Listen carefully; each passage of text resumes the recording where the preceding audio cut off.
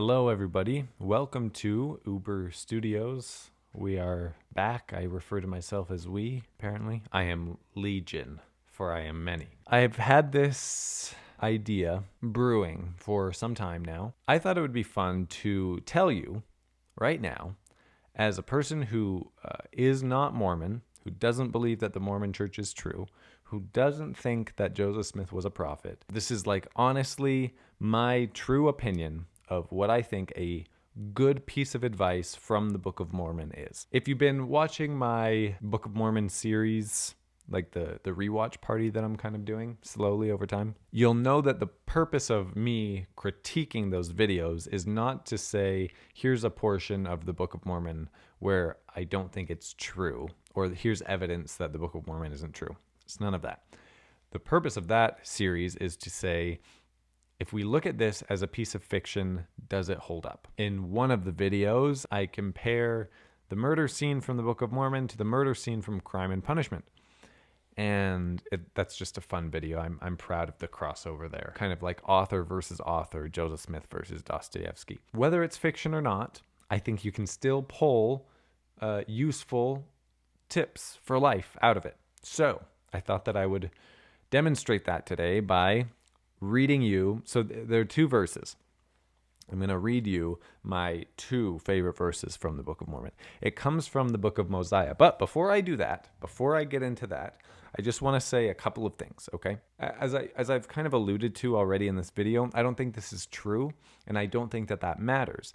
My main issue with the Book of Mormon is that the way that members are encouraged to verify if it's true or not is it comes from the last book, the last chapter of the book, Moroni 10, where Moroni essentially says, pray about the things that you've read, ask God if they are true, and God will manifest the truth of it unto you. So the process that Moroni is talking about here, he's talking about the way to know something, right? How to know what you know. And that is called epistemology.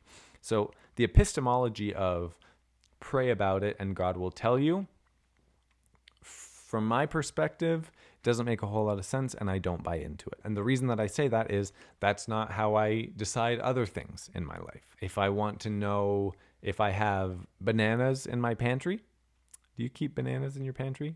They don't go in the fridge, right?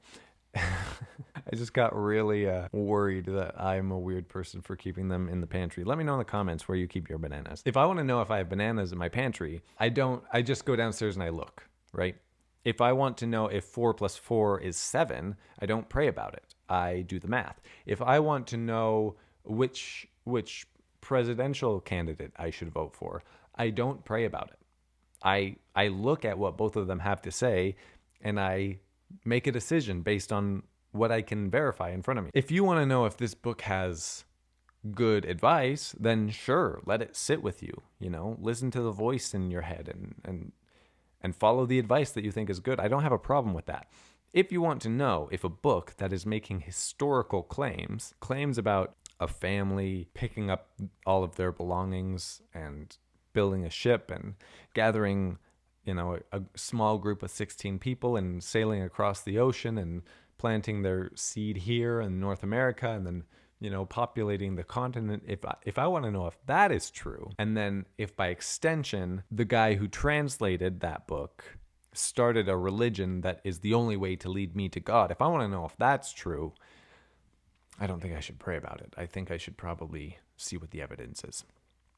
That's just my opinion. If you like that epistemology, I will find other ways to be friends with you. I don't particularly like distilling my truth using that method. Now we're to the fun part. We're going to read the actual verse, and I'm going to explain why I think that it's good advice. I thought it would be fun for me to show you. These are my mission scriptures. We're on Mosiah. So it's the last two verses of Mosiah 4, which is a scripture mastery. I really was Mormon at one point.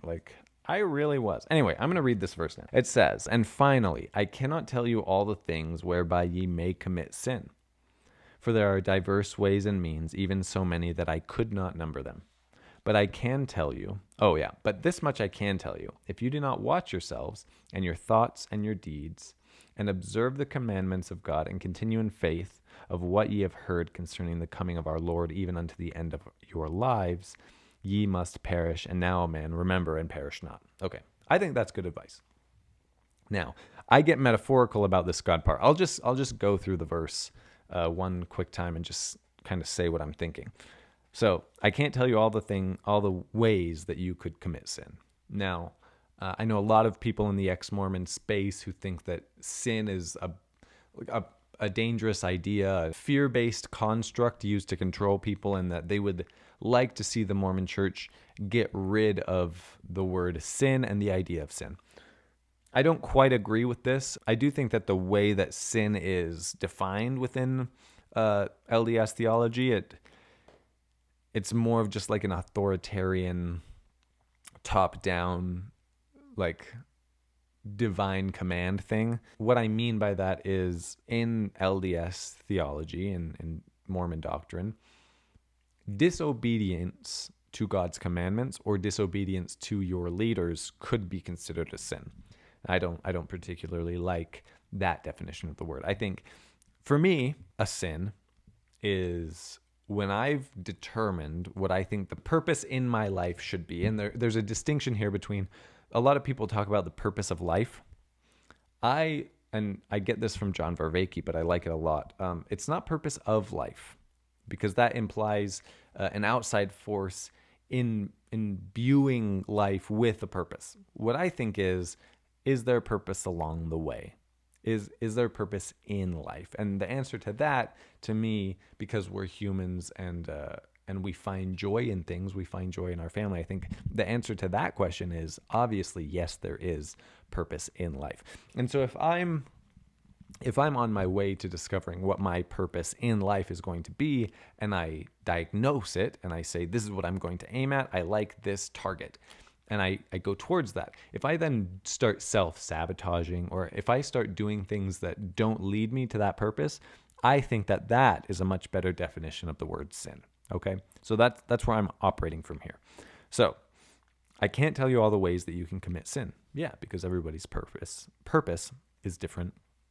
And so a sin for one person may not necessarily be a sin for another person. There are diverse ways and means, even so many that I can't number them. Yeah, great. But this much I can tell you. If you don't watch yourself, so that's good advice already. Watch yourself. Because maybe you don't even know what your purpose in life is supposed to be yet. And so maybe you don't even know what a sin is. So maybe what you could do is you could watch yourself. You could notice the times when you feel like you're entering the flow state. Because the flow state is almost like when you are experiencing meaning. That's kind of what the flow state is. You're losing yourself in the moment you want it, you better never let it go, or something like that. You're losing yourself. Time slows down. You feel like, okay, if I could spend all of my time in the flow state, my life could justify itself on its own terms. I could live a life that I value and that I think is meaningful, which at the end of the day, to me, as an atheist, is the only thing that matters. I don't care if God thinks that my life is important. I want to think that my life is important. I don't care if you think that I think that your life is important. You should think that your life is important. So that's where I'm coming from here. Sorry, 2 cars are honking at each other outside of my house. I should skip this part, but we'll see if I do. Okay, I was just in the flow state. I was having a great time at work, or I was having a great time at my house with my kids, or I was working on this side project and I found it to be really fun. Notice those times and see if you can't increase the amount of your life where you are in the flow state. Okay, watch yourself.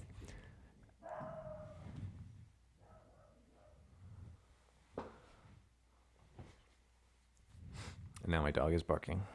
This is the devil trying to stop me from making videos.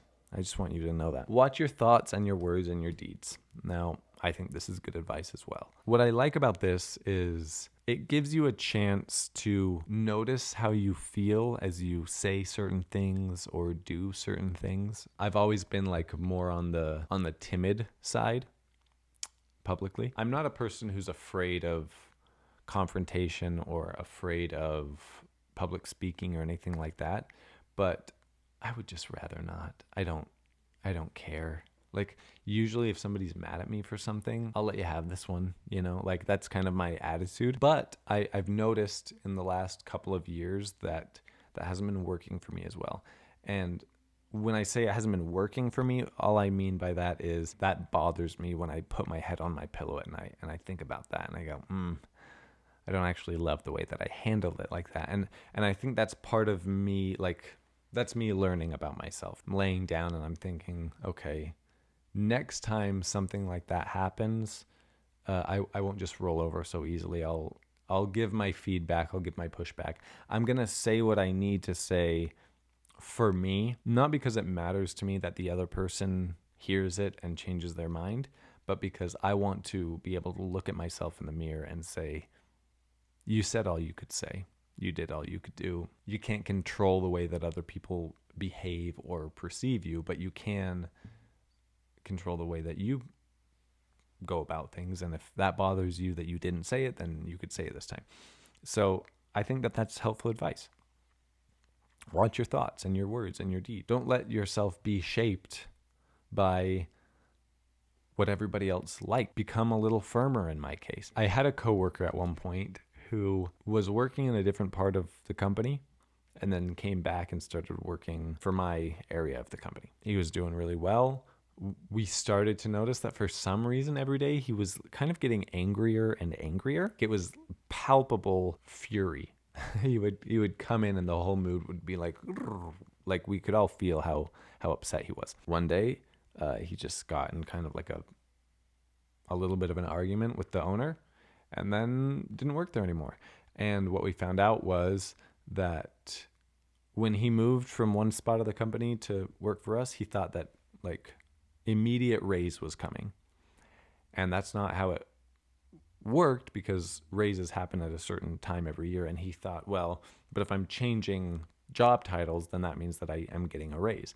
But he never said this to anybody. He just thought it and then got mad that other people didn't think it too. What happened was when he said that to the owner said, oh, well, we do raises at this time. I didn't know that was something that you were upset about. I can give you this much now, and then we can do the rest of it. Like, it was going to be like 2 more months. And he said, no, it's too late. I already can't trust you. And he left. So what I learned from that situation was sometimes if you don't say what you want to say, if you don't put out the information that other people can use to serve you, then you end up resenting everybody. But more importantly, you end up resenting yourself because you didn't tell them what you needed. You didn't speak your needs. Obviously, there's more to that story that I don't really know. I wish that he had said all of that earlier and stayed around, but it wasn't in the cards. But the point there is, if something is starting to bother you, ask yourself, are other people failing me? Or am I not saying what needs to be said? Are other people like out to get me? Or am I not giving them the information that they could use to give me what I want? This is something that I've noticed. As I've gotten better at telling people what my needs are, it's almost like at the exact same time, people get better at helping me meet my needs. It's the craziest thing. If I try and manipulate people and like, oh man, that salad looks so good. I wish I could have some salad. I don't know why I'm using that as an example, but if I try and manipulate people out of it, then I end up feeling bad about the way that I got it. But if I just say, I want to be included in this, it looks like fun, can I join? They always say yes, and I never regret that. So watch yourself and your words and your deeds. Great. So the next part says, observe the commandments of God and continue in the faith of what ye have heard concerning the coming of our Lord. There are certain ways that you can truthfully interact with reality.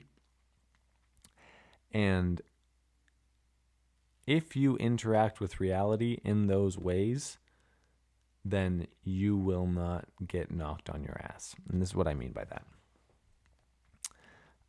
Imagine that you're saving for retirement. Let's say this is where I'm going to get a little bit nerdy. Let's say you're putting money into a Roth so that when you retire, you can have enough money to do the things that you want, take care of your grandkids, do fun trips, whatever you want to do when you retire. You put aside the amount of money that you're allowed to contribute every month. You contribute that. You get your 8% return year over year. You retire from your job. You start pulling money out. You hold it there till you're 67 because you're a smart person. And I think it's 67. And reality rewards you. Reality gives you the amount of money that you put in plus the interest over time. It gives it right back. You just had a fair deal with reality. It doesn't seem that complicated to me that human beings decided to personify, or maybe it wasn't even a choice, but human beings personified that thing, that spirit of future humanity that we are dealing with, as a fair judge in time, a fair future judge in time. It's not weird to me that we perceive God that way. And so what are the commandments of God? Well, don't steal from tomorrow to feed today.